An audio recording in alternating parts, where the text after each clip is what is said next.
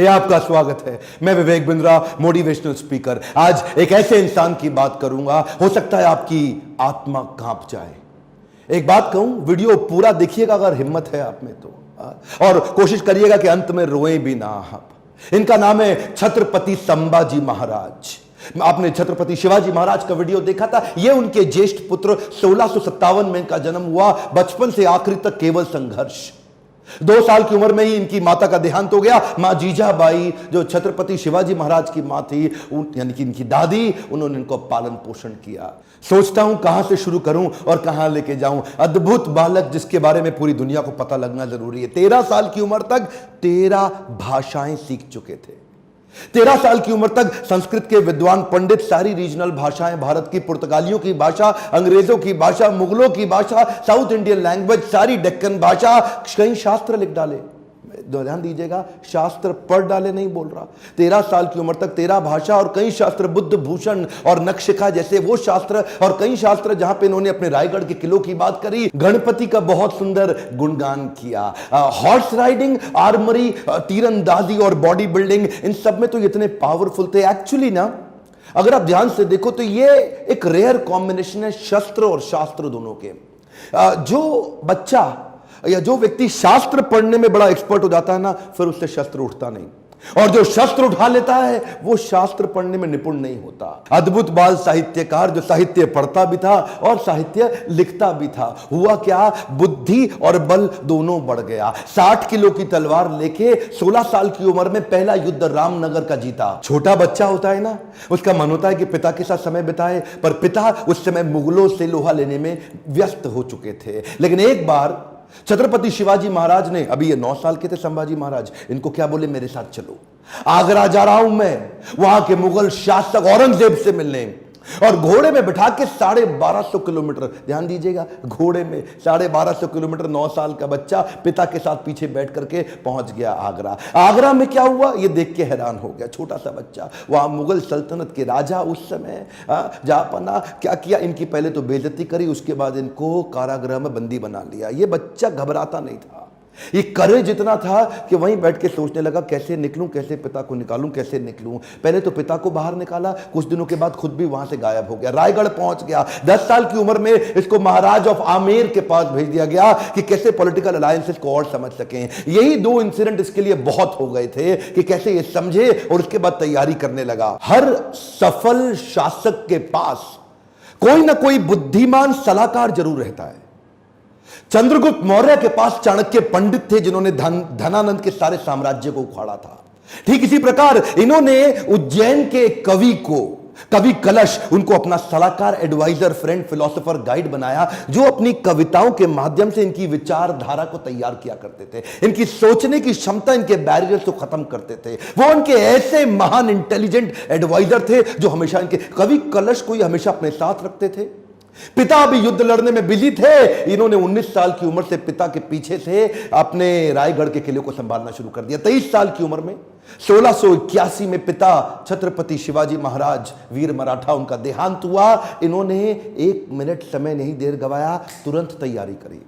तुरंत क्या तैयारी करी, औरंगाबाद में औरंगजेब का सबसे बड़ा किला, और ये सोचने लगे कि हमारे पास आज धन की तो कमी है, और अगर इसके किले को पहली बार में मैं उखाड़ दूं, इनका धन घटेगा, मेरा बढ़ेगा, डबल बेनिफिट। औरंगाबाद की इस बड़ी लूट और बड़ी हार ने औरंगजेब को एकदम हैरान कर दिया। औरंगजेब ने सोचा भी नहीं था कि 23 साल का ही तो बच्चा है ये ऐसा कैसे कर सकता है। और इसने अपने हुसैन अली खान नाम का अपना सबसे बड़ा जनरल, उसको 20,000 हाथी और सैनिकों के साथ, घोड़ों के साथ, पशुओं के साथ भेजा कि इसको खत्म कर। हुसैन अली खान बोला कि 2 दिन में खत्म कराऊंगा, 2 दिन में खत्म। वहां पे मराठा इतने तेज, और इसका जो करेज था ना, इनकी लीडरशिप बड़ी पावरफुल थी। मराठा इकट्ठे हो गए, और हुसैन अली खान को 1 साल लगा, कुछ नहीं कर पाया, कई बार उसको मारा। इसने इसको वापस बुलाया और 1680, 81, 82 कई दफा अटैक कराया। अच्छा, एक भी लड़ाई नहीं। एक बात बताएं आपको, पूरे इतिहास के अंदर शायद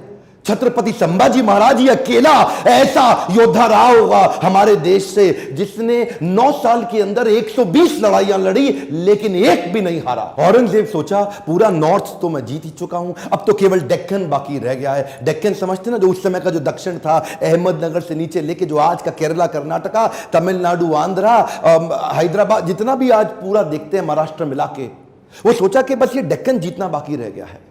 तो वो महाराष्ट्र की तरफ जब बढ़ने लगा तो वहीं औरंगजेब ने एक ट्रीटी साइन करने की कोशिश करी, एक कॉन्ट्रैक्ट साइन करने की कोशिश किया पुर्तगालियों के साथ गोवा में, ताकि समुद्री रास्ते से उनको एक और सपोर्ट मिले, उनके arms and ammunition middle east से आ सके। औरंगजेब बहुत तेज था, बोला सोचा नॉर्थ से भी सपोर्ट लूंगा, पोर्चुगीज लोगों को साथ रखूंगा, साउथ से और निकालूंगा, तीनों चारों दिशाओं से खदेड़ के खत्म कर दूंगा, ये तो छोटा सा बच्चा है। इन्होंने जैसे ही पता चला संभाजी महाराज को, सबसे पहले ये गोवा में घुस गए। गोवा में जाकर के इन्होंने पोर्चुगीज को तो उखाड़ उखाड़ के बहुत फेंक फेंक के मारा और ये वापस आए। उसके बाद फिर लड़ने की तैयारी करी। मेरे हिसाब से छत्रपति संभाजी महाराज की सबसे बड़ी अचीवमेंट्स में एक अचीवमेंट तो यह रही कि उन्होंने 9 साल तक औरंगजेब को मराठाओं के बीच में घुमाता रहा। औरंगजेब एक्चुअली नॉर्थ छोड़ के यहां आ गया और मराठाओं के बीच में इतना घुमाया, 8 लाख की सेना, इनकी 20,000 की सेना। इन्होंने मराठाओं को इधर से मार उधर से मार, इतनी लड़ाइयां लड़ी, एक बार भी औरंगजेब जीत नहीं पाया। अच्छा हुआ ये क्योंकि इनको यहां बिजी रखा ना,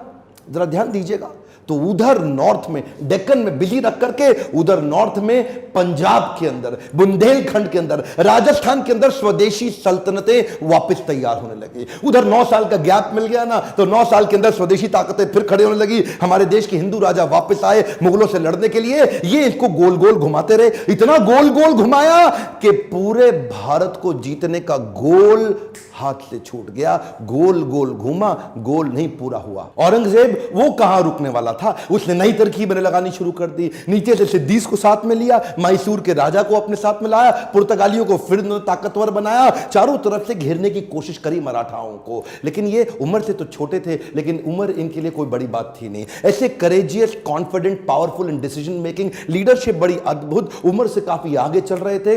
इनोवेशंस बिल्ड करने शुरू कर दिए। क्योंकि धन पैसा कम था तो उन्होंने क्या किया, अपने इलाके के सारे मोचियों को और दर्जियों को इकट्ठा किया। उनको बोला आओ पेड़ से ना रबड़ का कपड़ा बनाओ निकाल करके, और लकड़ी की छालों को निकाल के तीर बनाओ, रबड़ के कपड़े को उसके आगे लपेट दो, एक तरफ तेल लगाओ दूसरी तरफ बारूद लगाओ। रबड़ का कपड़ा जल्दी जलता नहीं है, और तेल जला करके तीर को छोड़ दो, जैसे ही जाके निशाने पर टकराएगा उसका जो गन पाउडर है, बारूद, वो विस्फोट करेगा, भयंकर तबाही मचाएगा। नए नए इनोवेशंस लेके आए। मैं बोल रहा हूं ना, बुद्धि से बहुत तेज थे। औरंगजेब को भी तो मानना पड़ेगा ना। हाँ, हारते थे, मार खाते थे, फिर खड़े हो जाते थे लड़ने को, हारते थे, मार खाते थे, फिर खड़े हो जाते थे, और अकेले नहीं लड़ते थे, लोगों को साथ में लेके मराठाओं को घेरने में। ये चिक्कादेव राय नाम का एक राजा था जो इनके साथ पूरी तरह मिल चुका था। इसने क्या किया, छत्रपति संभाजी महाराज ये सबको बोल दिए, एक ने भी अगर औरंगजेब के धर्म परिवर्तन के मिशन में मदद करी, उखाड़ के सारी नस्लें खत्म कर दूंगा, बर्बाद कर दूंगा।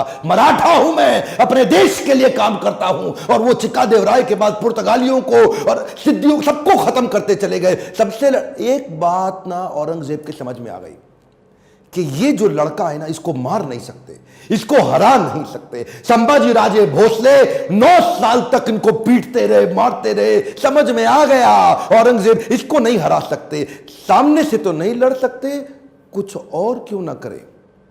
और वहीं इनके जो साले साहब थे ना, जो इनकी पत्नी के भाई, संभाजी राजे भोसले की पत्नी के भाई, वो उनको इन्होंने वेतनदारी देने से मना किया। इसकी खबर लग गई। तो वही 1689 का समय, गनोजी शिर्के ने इनको ये एक ना किसी गुप्त मीटिंग के लिए अपने पार्टनर जो उनके कवि कलश, उनके साथ कहीं गए थे संगमेश्वर में।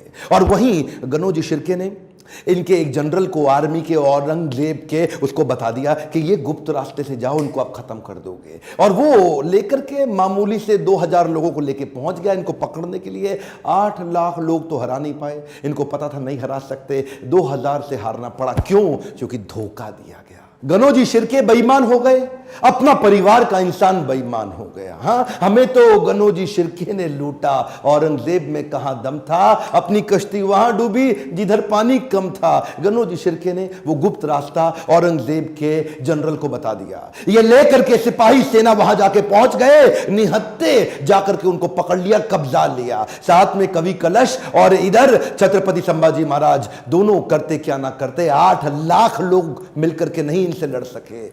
चोरी से इनको जाके पकड़ लिया। औरंगजेब अंदर तक खुन्नस खाया हुआ था संभाजी महाराज से। कवि कलश संभाजी महाराज को लेके ऊंट से उल्टा टांग दिया, उल्टा टांग के पूरे शहर में घुमाया, बहुत मारा पीटा, लोगों को बोला इन पे मूत्र त्यागो, इनको मारो, पत्थर फेंको। उसके बाद बुला के बोला 3 प्रश्न, मराठा किंगडम मेरे हवाले कर दो, ट्रिब्यूटरी प्रिंस बना दूंगा, जो सोना गहना छुपाया चोरी किया है मुझको वापस कर दो, और किसने तुम्हारी मदद करी उसका नाम बताओ, तीसरा अपना धर्म परिवर्तन कर लो। ये 3 काम कर लो, आज ही जीवित बचोगे और मेरे साथ रहोगे, ताकतवर बना दूंगा तुमको। संभाजी महाराज और कवि कलश की आंखों में इतना सा भी डर नहीं था। उसको बोले कि मैं मराठाओं की जमीन तुम्हारे नाम नहीं करूंगा, अपने धर्म का बलिदान नहीं करूंगा, 1000 बार मारो, अगली बार फिर जन्म लूंगा, अपने ही धर्म में लूंगा। रुका नहीं औरंगजेब। इन दोनों ने अन्न जल का त्याग कर दिया और शरीर को लेकर सुन्न हो गए।